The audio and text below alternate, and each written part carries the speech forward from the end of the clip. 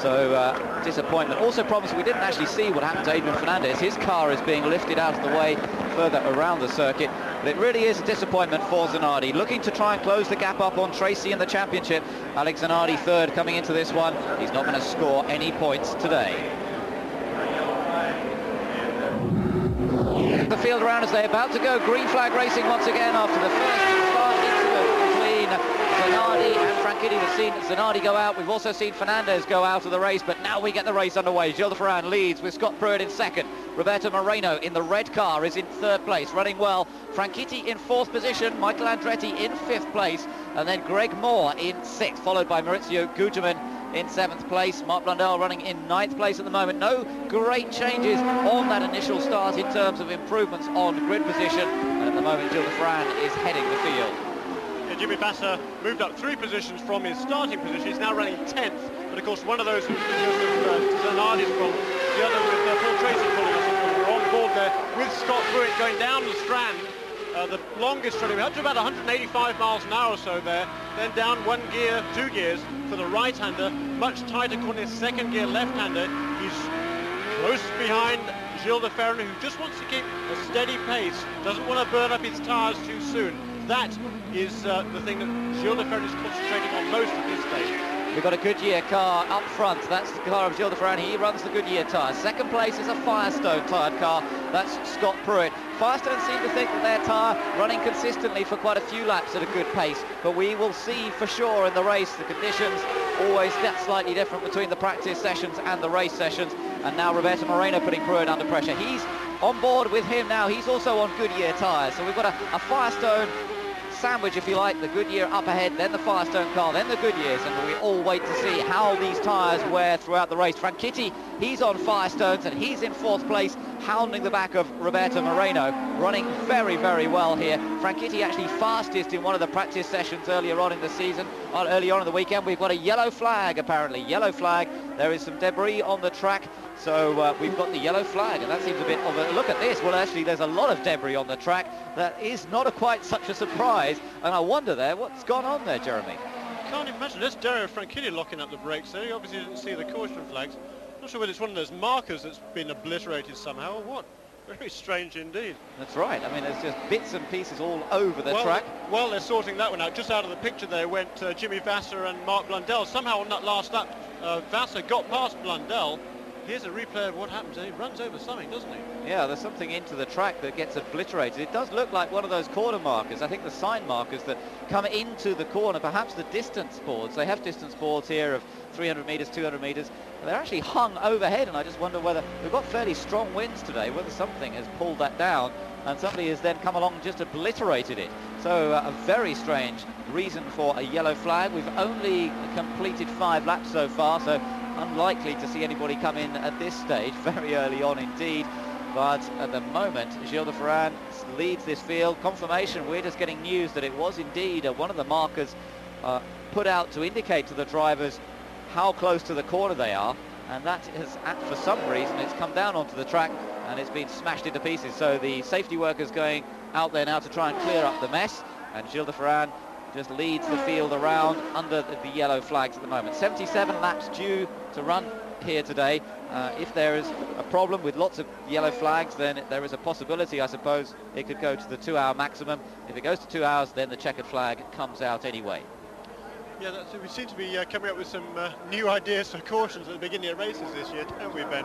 We seem to have problems getting the races underway most everywhere we go, but a legitimate reason, I suppose. There's debris all over the place. And obviously, you can see how slippery it was. People getting sideways over those shards of, I guess it must be polystyrene or something. There's the kart safety team trying to sweep up the best they can.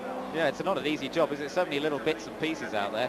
Cars just coming round, and the car's being waved away. We had a brilliant shot just a moment ago then of the island and across the Detroit River. You can see Canada. On the south, funnily enough, the Detroit River here runs sort of from northeast to southwest a little bit, and actually Canada, curiously enough, is actually to the south of us very briefly.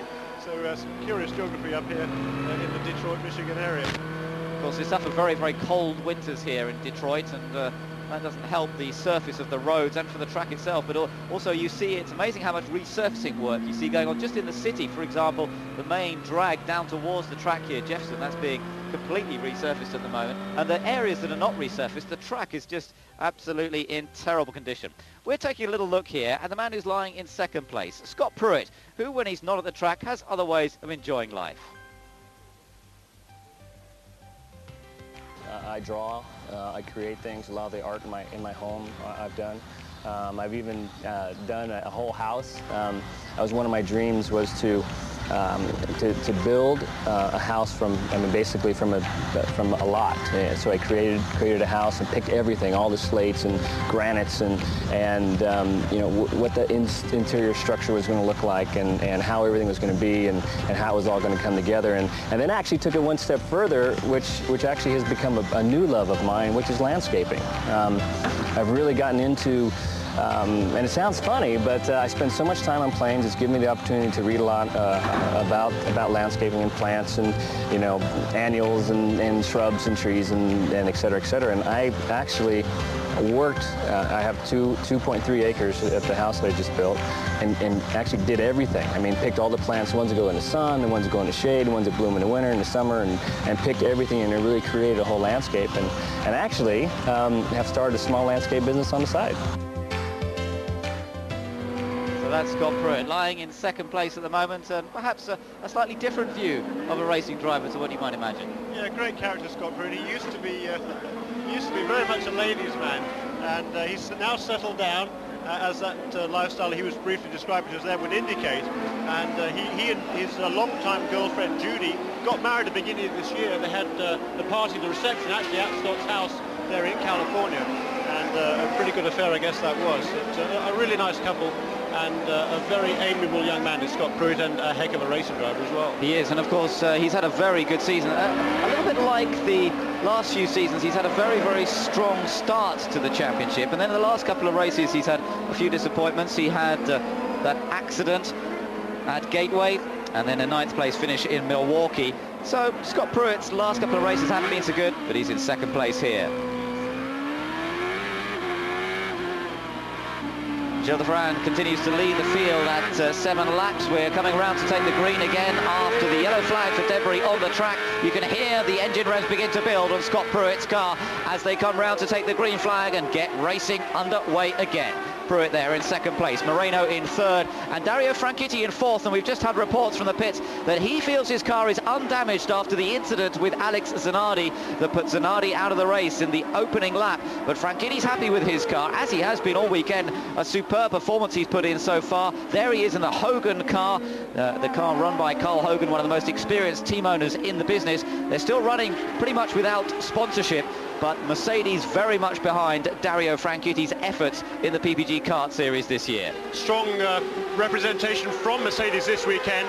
Norbert Haug, the motorsports manager, is here on his way to, of course, the Canadian Grand Prix in Montreal, just 3 or 4 hours away. Next weekend, there's Bobby Rahal trying to get past Mark Blundell. That is a battle for 10th position. We're on board now with Bobby Rahal. Yes, the Motorola car ahead is that of Mark Blundell. Finished in 5th place here last year and has been going well this weekend in the practice sessions. A little unlucky in qualifying. He had took off the left rear corner of that car in qualifying. In fact, it was at the corner that they're coming up to in just a moment here, turn number 13. It was unlucky for Mark, but at the moment he's holding on to 10th position from a former winner here, Bobby Rahal. The problem is for Rahal to try and find a way past, and interestingly, just ahead of Mark Blundell is Rahal's teammate Brian Herter in the Shell sponsored car.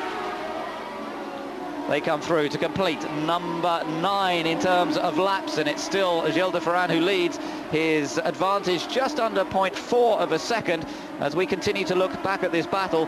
9 starts for Bobby Rahal here, and the winner back in 1992. And the man who's really been so unlucky in terms of fuel mileage in some of the recent races. Ran out of fuel dramatically in Rio. He also ran out of fuel last weekend in Milwaukee, where he had some difficulties, and that dropped him down to finish in 11th place at the end of the day.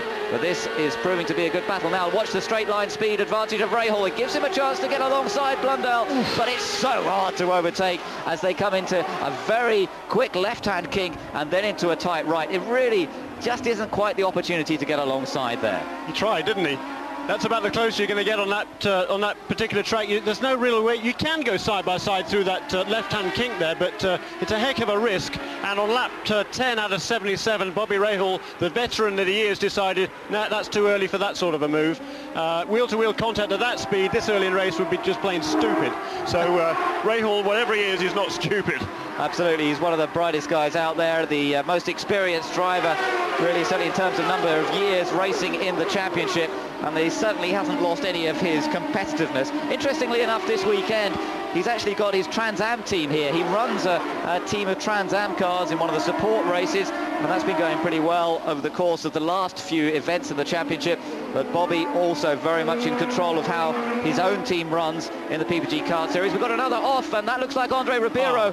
Ribeiro in the second of the Tasman cars. We've seen Fernandez go out already. Tasman, who've had a great day earlier on today, winning the Indy Lights race. They had a 1-2 finish in the Indy Lights with Tony Kanaan winning and Castroneves finishing in second. But today, Jeremy, in the main race, they're not having the same sort of luck, are they? Disaster. And it's a shame because Andre Ribeiro actually had just moved up a couple of places in the last 2 laps. He'd got past, first of all, Max Papis, and then also found a way past Patrick Carpentier. So there he is off the road again here, that's in turn 4, I guess, and that's bad news for Andre Ribeiro. Shame. He was quite happy with that car. It'd been going fairly well. They've got a 96 specification nose on the car. Good progress, but end of the day early.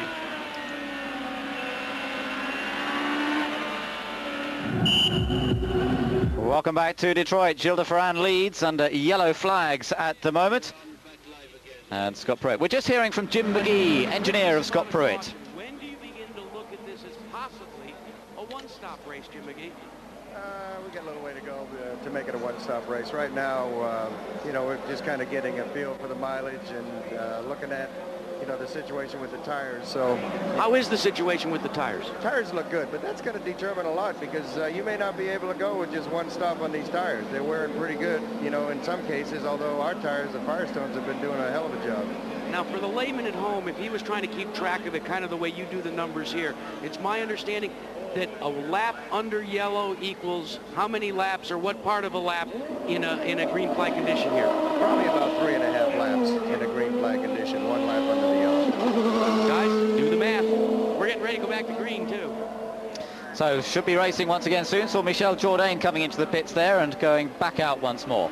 Yeah, but a couple of people at the back end of the field. Hiro Matsushita was in, and also Juan Fangio, as that's Andre Ribeiro getting back into the race. He's already 3 laps down, but apparently that car not too badly damaged. He's able to drive it back to the pits. That's a bit of a surprise, isn't it? It is a surprise, yes. Well, it is a bit damaged, actually. Look at the toe-in problem. A little toe-in problem. Yes, that's what we call a serious case of toe-in, when the 2 front wheels are trying to point together in that sort of way. You can see the damage done to the front suspension there, to the front, a little bit of damage to the front wing as well, and Andre very sensibly deciding to drive off the track a little bit, and that's the end of the day for Ribeiro. There's no doubt about that. I think that's really a little bit more than that car can stand. At the moment, the standings, de Ferran leads, Pruitt second, Moreno third, Franchitti running well in fourth, and you can see the other runners up there down to position 15. Yeah, Jim McGee, they're talking about strategy. Strategy really is, pit strategy is going to be absolutely crucial here as we go on in the race. It's really who can make their last pit stop first is going to be in very, very good shape. And so we're going to see how that plays out as the afternoon goes on. But 13 laps in the books, just about to be 14, getting ready for the green once again. Okay, Gilles de Ferran then, who's led so far, but we've only had 13 laps so far. So here we go again, and let's see whether we can get a bit more running without the yellow flags coming out. Franchitti chases after Roberto Moreno. That's the battle for third place, and then a little bit of a gap back has gone back as well. Fourth position for Michael Andretti, or rather fifth position for Michael Andretti, sixth place for Greg Moore, then Maurizio Gugelmin, Jimmy Vasser, Brian Herter and Mark Blundell. Now the question is whether any of these guys can make a move. Watch out for the black car of Michael Andretti at the back of this group. Always somebody to come on strong towards the end of a race. We've seen it in recent races, and Michael Andretti with this car working superbly well this weekend on a street course, finished in second place at Surfers Paradise, and now with a chance to really close up to Paul Tracy in the championship. Just riding on board with him, chasing after Dario Franchitti. Interesting, Dario Franchitti able to put out a little bit of space there on the faster part of the course. Of course, in the slower braking areas, the gap artificially closes down a little bit under braking, but I think not a lot to choose between the cars at this stage of the race. Dario is certainly looking for a way past Roberto Moreno, but that's going to be no easy task. No, it's not going to be easy at all. Roberto Moreno absolutely fighting for a good result this weekend.